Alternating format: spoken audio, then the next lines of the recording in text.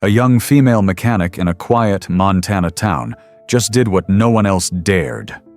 She repaired a broken-down mini-Jeep for a weary veteran, using nothing but her tools, her time, and a heart full of compassion. But what happened next? That small act of kindness sparked a chain of events that uncovered old wounds, rebuilt a forgotten garage, and led to a life-changing surprise no one saw coming. This emotional story of how a mini Jeep brought healing, hope, and second chances will stay with you long after the last bolt is tightened. Before we dive in, tell us where in the world are you watching from? If you enjoy stories like this, make sure to hit that subscribe button because tomorrow's episode is truly mind-blowing. Let's get started. In the quiet hills of Montana, tucked behind an old gas station that hadn't pumped a drop in over a decade, lived a young woman named Isabel Monroe. At just 27, she had hands tougher than most men twice her age and a heart 10 times softer. Isabel wasn't your typical mechanic. She didn't work for money. She worked for peace, for healing. Her tiny workshop, made from salvaged wood and corrugated steel, echoed not just with the sound of wrenches and grease guns, but with stories unspoken and unfinished left behind by machines that had long since stopped running. Locals whispered about her, a girl who could bring anything back to life. But Isabel wasn't looking for attention. Her only companions were the radio-humming old country tunes, a mutt named Diesel who refused to leave her side, and the stubborn engines she refused to give up on. It started like any other Tuesday. Isabel Monroe was elbow-deep in a carburetor from a battered ATV when she heard the distant cough of an engine on life support. The sound got closer, then choked completely, followed by a faint thud. She wiped her hands, stepped out of the garage, and spotted it, a tiny olive-green mini-Jeep, stranded just outside her gravel lot, with smoke curling lazily from under the hood. Behind the wheel sat a man who looked like he hadn't smiled in years. His face was weathered like aged leather, his posture rigid as if welded into place. A Vietnam veteran cap sat low on his forehead, and a tan jacket hung from his thin shoulders like a memory that wouldn't let go. He didn't ask for help, just stared at the smoke with a kind of resigned indifference. "Need a hand?" Isabel called out. He didn't answer, just popped the hood. She took that as a yes. It didn't take long to see the issue, a cracked distributor cap and a rat's nest of frayed wires that looked like they hadn't been touched in years. Whoever had last worked on this thing either had no clue what they were doing or had given up halfway. "Give me a couple hours," Isabel said. He nodded once. No smile. No name. While she worked, the man wandered silently, running his hand along old tools and peeking into the shadows of the shop like he was searching for something that used to live there. "Jeep yours?" she asked, trying to crack the silence. "Used to belong to someone else," he replied, voice gravelly, just trying to keep it alive. She didn't press. By sunset, the engine sputtered back to life with a cough and a roar. The old man gave the wheel a test turn and looked surprised, not grateful, not happy, just surprised that something broken had come back. "Don't owe me anything," Isabel said. "Just happy to see it move again." He paused, then reached into his coat and handed her a faded envelope. "No payment, just come by this address tomorrow," he said. "Sunrise." And then he was gone. The next morning, curiosity got the better of her. She drove 30 minutes past the edge of town, into the thick of pine country. The trees swallowed the road, and the mist clung low. Finally, she saw it, a small wooden cabin hidden behind a weather-beaten barn. The mini-Jeep was parked out front. He was waiting by the porch. "You fixed that Jeep like it meant something," he said. "So I figured maybe you'd understand what this place means too." He led her behind the barn where a padlocked shed sat buried beneath ivy. He opened it. Inside was a fully stocked, untouched vintage workshop parts, manuals, tools from the 1960s and 70s, even old posters of Mustangs, Broncos, and Willys Jeeps. My son and I built this before the war took his mind. We used to restore bikes, carts, anything we could find. He walked slowly to a dusty bench, picked up a rusted wrench, and stared at it like it was a photograph. He's gone now, and I've got no one to pass it to. Then he looked at Isabel. You fixed that little Jeep like it was more than metal. You didn't ask questions. You didn't charge me. You reminded me what it felt like, to hope someone gave a damn. Isabel stood frozen. I'm giving this place to you, he said plainly. The shop, the tools, even the Jeep. Use it, or don't. But don't let it rot like I did. She tried to speak, but the lump in her throat made it hard to even breathe. As she turned to leave, he stopped her one last time. There's a letter in the drawer next to the old spark plugs. Read it when you're ready. Then he went inside his cabin, closed the door, and didn't look back. Isabel sat alone in the workshop for a long time after the veteran disappeared inside his cabin. The shed was quiet, save for the ticking of a vintage wall clock and the creaking of the pine rafters overhead. Dust hung like history in the sunlight beams streaming through the cracked window panes. She was still holding the old key he'd handed her, the key to the entire place.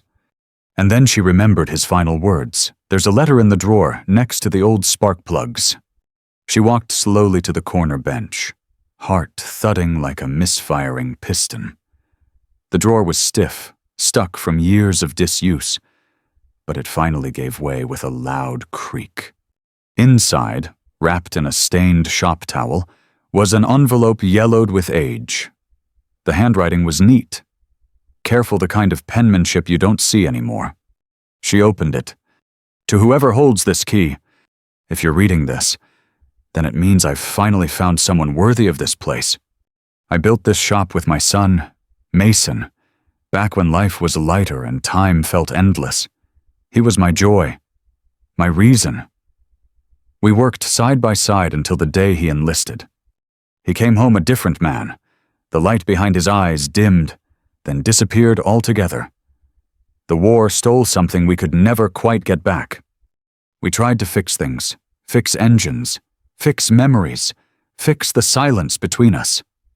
But in the end, all I could do was keep this place intact and wait. I've waited years for someone to walk in and show me that the world still has people who care. You didn't know my story. You didn't ask for anything in return, but you gave breath to something I thought was long dead. So now I'm giving you all I have left. This shop, this Jeep, and this legacy. Don't waste it. Fix things, heal people, build something that lasts. Isabel read the letter twice, then folded it back carefully like it was scripture. Tears welled in her eyes, not from sadness, but from the sheer weight of what had just been handed to her. It wasn't just tools and rusty parts. It was trust, from a man who'd built his whole world around one boy, lost him, then shut the doors on everything. Until now. She spent the rest of the day wandering the shop, slowly taking inventory. The collection was unbelievable. Shelves of labeled parts, carburetor kits still in plastic, hand tools older than she was, all perfectly organized. On one wall, a faded photo was pinned above a calendar from 1978 Mason as a young teen, grinning in front of a red dirt bike, his dad's arm around his shoulder. She knew what she had to do. That night, Isabel drove back to her own garage. She packed up everything she didn't absolutely need, a few custom wrenches, Diesel's food, her old radio, and returned before sunrise. For the next week, she worked in silence, cleaning the shop from top to bottom. She replaced the blown bulbs, oiled the bench vices, rewrapped frayed wires, and sorted every drawer like it was sacred. Each day, the veteran, Hank Lawson, would appear on the porch around noon, sit in an old folding chair, and sip his coffee quietly. He never interrupted, just watched. Until one afternoon, when he brought out something unexpected, a shoebox. "Found this cleaning out Mason's closet," he said, setting it on the workbench. Inside were dozens of Polaroids Mason and Hank building projects together, racing mini-bikes, fixing lawn mowers, even working on the mini-Jeep when it still had color and shine. At the bottom of the pile was a sealed envelope addressed simply to whoever finishes what we started. Hank didn't open it. He just left it with her. "I'll let you decide when it's time," he said quietly, then walked out into the autumn wind. That night, Isabel stared at the sealed envelope for a long time. She didn't open it. Not yet. Instead, she walked over to the mini-Jeep now parked in the heart of the shop and ran her hand along the frame. "Let's finish what they started," she whispered. Then she turned up the radio, grabbed her wrench, and went to work not just on the machine, but on a legacy that had waited far too long to come alive again. Isabel wasn't the kind of person who got sentimental over machines. To her, they'd always just been puzzles with timing belts, things she could fix, things that stayed quiet when she needed space to think. But that changed somewhere between rewiring Mason's fuse box and sanding rust off the Jeep's rear fender. Something about this place and the quiet man who watched from the porch every day was changing her. And she didn't even realize how much until the first snowfall. It came early that year, gentle, like a hush over the pine trees. She'd been up since dawn, installing a rebuilt carburetor that had taken her days to refurbish. Her fingers were stiff with cold, but her focus was absolute. As she leaned into the engine bay, Diesel let out a soft bark. Hank stood at the shop door, not on the porch, not at a distance, but inside. He'd never crossed the threshold before. "You mind if I take a look?" he asked, his voice lower, less guarded. Isabel stepped back without a word. She watched him walk the perimeter of the shop like a man revisiting the ghost of his younger self. He paused beside the bench where the photos now lived, running a weathered hand over the surface. Then he looked at the mini-Jeep, half-painted in its original green, just like the old photo from Mason's dirt trail rides. "You ever lose someone and feel like you kept breathing by accident?" he asked, not looking at her. Isabel's throat tightened. She nodded. "My mom," she said quietly. "Drunk driver. I was 17. He looked at her for the first time, really looked. There was a crack in the armor, small but real. "I didn't cry when Mason passed," he said. "Not once. I was too angry, too ashamed. Figured I failed him." Isabel reached into the cabinet and pulled out the sealed envelope, the one Mason had written, the one she hadn't dared to open until now. She held it out. "I think it's time." Hank stared at it like it might catch fire in his hands. But he took it. With trembling fingers, he peeled back the flap and unfolded the letter. He read it once, then again, and finally, he sat down not from exhaustion, but from the weight of words long buried. He handed it to her wordlessly. "To the one who believes in second chances. If you're reading this, then either I've gone off and done something stupid or something I thought was worth it. This shop, this Jeep, they're not just machines to me. They're memories of grease-stained Saturdays, of Dad showing me how to fix a stripped thread with patience instead of rage, of learning what it meant to build something with your own hands and your heart. If I didn't make it back, I wanted you to know this was never just a toy. It was our story, mine and his, and maybe, now, yours too. Finish it, drive it, and don't let him stay locked in silence anymore. Tell him I forgave him, a long time ago. Mason." Isabel read the letter in silence, her hands trembling by the time she reached the bottom. Hank didn't say a word, but his shoulders, usually rigid, guarded, slumped forward, softening. His eyes were rimmed red, not with sorrow, but release. He whispered, "He forgave me." That afternoon, Isabel painted the silver stripe down the center of the Jeep herself, exactly like Mason had drawn when he was 10 years old. But it wasn't just a paint job. It was a ribbon connecting past to present, father to son, pain to peace. As snow dusted the windows and twilight settled over the cabin, Hank stepped forward and ran his hand along the finished hood. "She's beautiful," he said. "She's ready," Isabel replied. But he didn't take the wheel. He looked at her, eyes soft.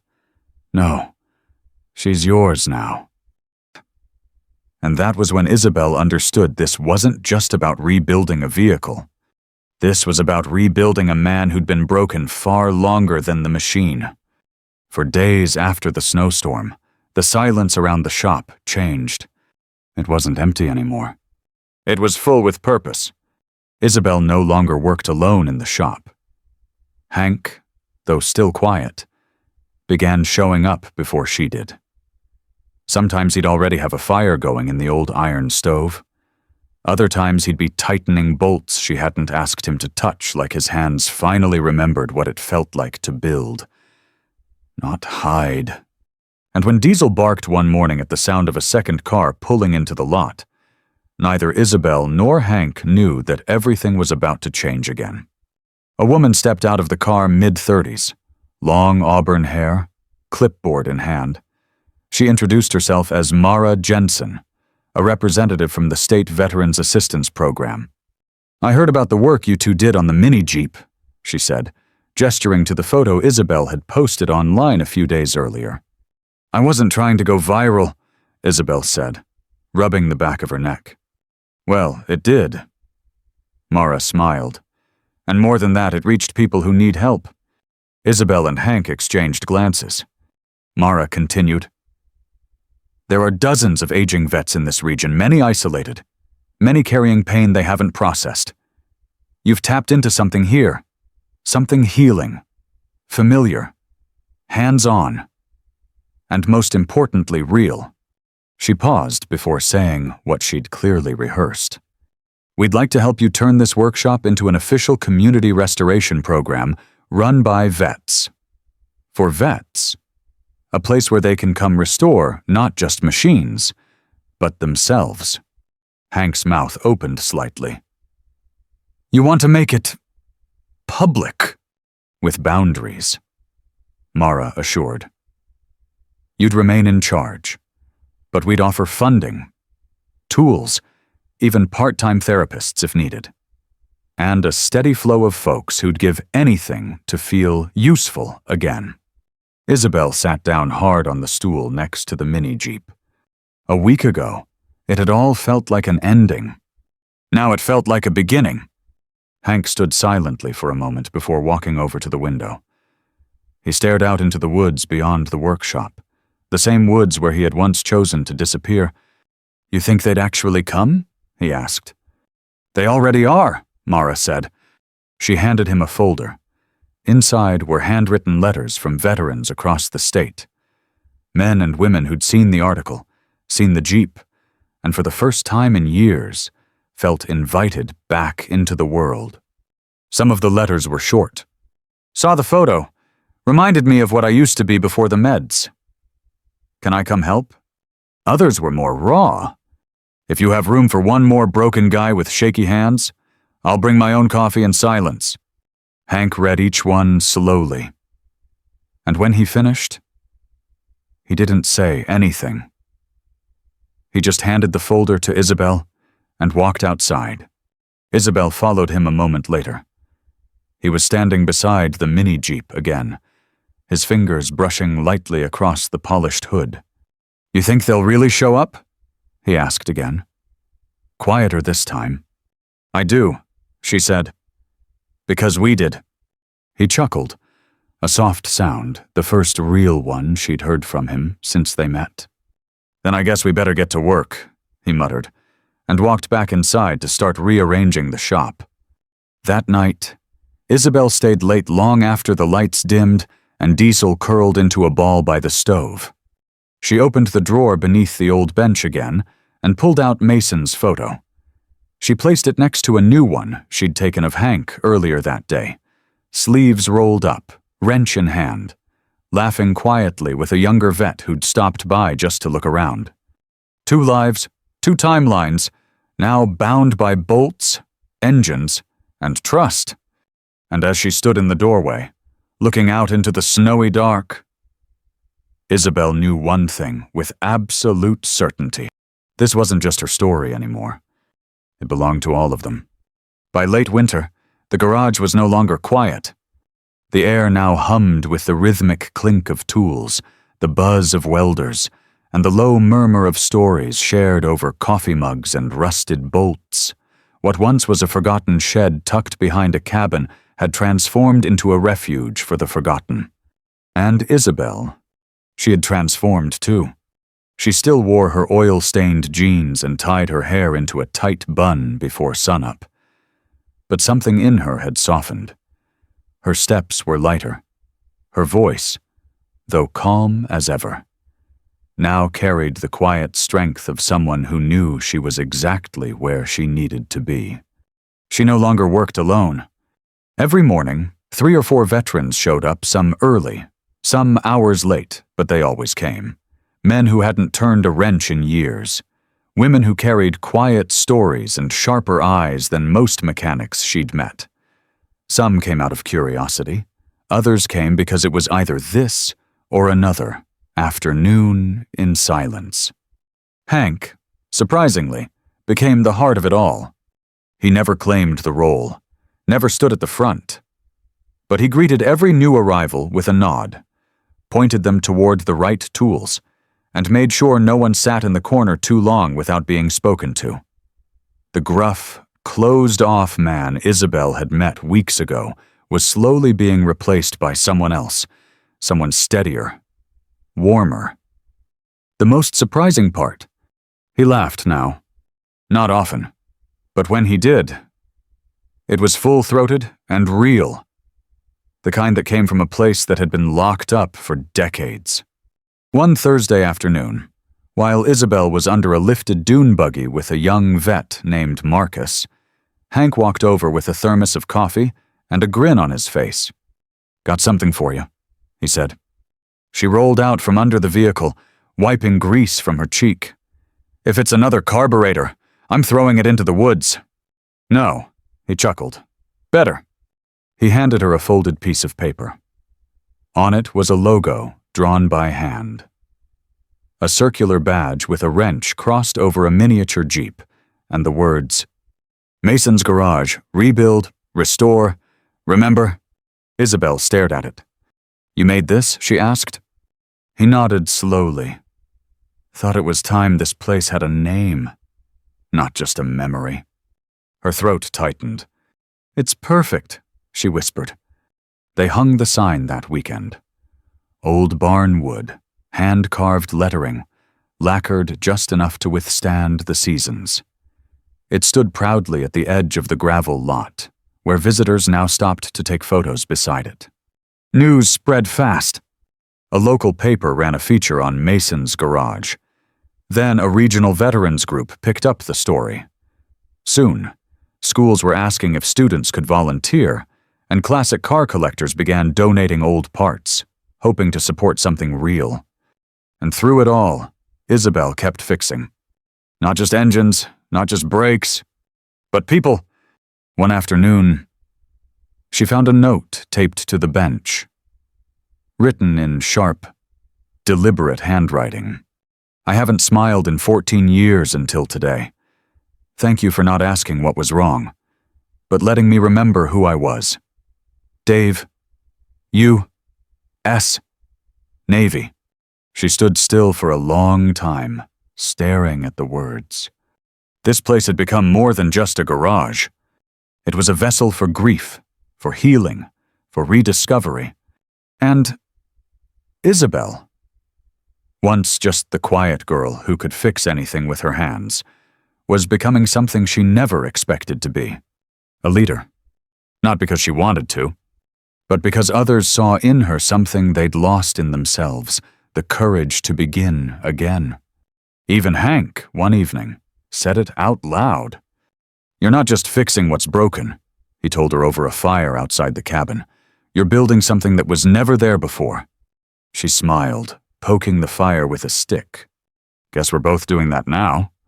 And as the sparks floated upward into the dark Montana sky, Isabel realized that every stripped screw, every aching joint, every tear that had fallen into the grease-stained floor had led to this moment. Not just a repaired Jeep, but a rebuilt community. Spring came late that year, but when it did, it came all at once. The pine trees surrounding Mason's garage bloomed with fresh green needles, and the gravel lot once covered in snow was now dotted with wildflowers sneaking up through the cracks. The mini Jeep, the one that started it all now, stood proudly outside the shop, fully restored, gleaming in the morning sun with its matte olive finish and that unmistakable silver stripe. Hank had added a small brass plaque on the dashboard. "For Mason, and the road we never finished." On a crisp Saturday morning, the garage buzzed with something new: energy, excitement, and guests. Isabel stood just outside the shop, adjusting the sign that now hung clean and polished Mason's garage. Rebuild, restore, remember. Today wasn't just a workshop day. It was dedication day. Veterans from across the state had come, some with their families, others alone. A group of teenage volunteers in matching shirts passed out coffee and donuts. Diesel, tail wagging madly, moved through the crowd like a local celebrity. Mara, from the State Veterans Program, stepped onto a makeshift wooden platform beside Isabel. Her voice echoed gently through the pine-scented air. "Ladies and gentlemen, we are not just here to celebrate a restored mini Jeep, though. Let's be honest, it's beautiful." She smiled. "We're here because a woman with a wrench and a heart big enough to hold a community decided that pain could be turned into purpose." Applause rippled through the crowd, but Isabel looked down, humble as always. Mara continued, "And we're also here to honor the man who quietly opened the doors to that transformation." Hank stepped forward, unsure of himself. Isabel gently touched his elbow. "You got this," she whispered. He cleared his throat. "I'm not much for speeches." He began. The crowd chuckled. "But I spent a lot of years thinking the world had forgotten men like me, that we were just ghosts with memories too loud to sleep through." He paused. "Then one day, a stranger fixed an engine I thought was long dead, and it turned out she wasn't just fixing a machine. She was waking me up." The audience grew quiet. "I've watched this place become something I never expected. Not a garage, a sanctuary. A reminder that even when everything feels lost, someone might come along who sees worth in your broken." Isabel wiped a tear from her cheek. So did a few others. "And if my son Mason were here today," Hank added, voice trembling, "I think he'd say the same thing I'll say now." He turned to Isabel. "Thank you for finishing what I couldn't." A moment of stillness held the crowd like breath in the wind. "Then a surprise!" Isabel stepped forward and handed Hank a small box. He opened it slowly. Inside a set of keys, and beneath them, a photograph, a new one of the two of them, standing beside the restored Jeep, laughing. It had been taken just a week earlier, but looked timeless. "These are yours," Isabel said. "But it's your shop," Hank replied. She smiled. "And you're its heartbeat." Later that afternoon, Isabel climbed into the passenger seat of the mini Jeep, while Hank, for the first time in decades, took the wheel. They drove slowly through the crowd, people clapping and waving. Children ran beside them, shouting. Veterans saluted quietly. As they passed the old road that led into the forest, Hank slowed down. "You ever been to the ridge?" he asked. "No," Isabel said. "Let's go." The mini jeep roared gently as it turned onto the dirt path. They drove through pines, past deer trails, winding upward towards the overlook. When they reached the top, the world opened up before them, valleys, rivers, a horizon painted in gold by the late afternoon sun. Isabel looked out and whispered, "It's beautiful." Hank nodded, eyes misty. "Mason always wanted to bring me here," he said. "We never made it." He placed the photograph they'd taken that day on the dashboard and whispered, "Now we did."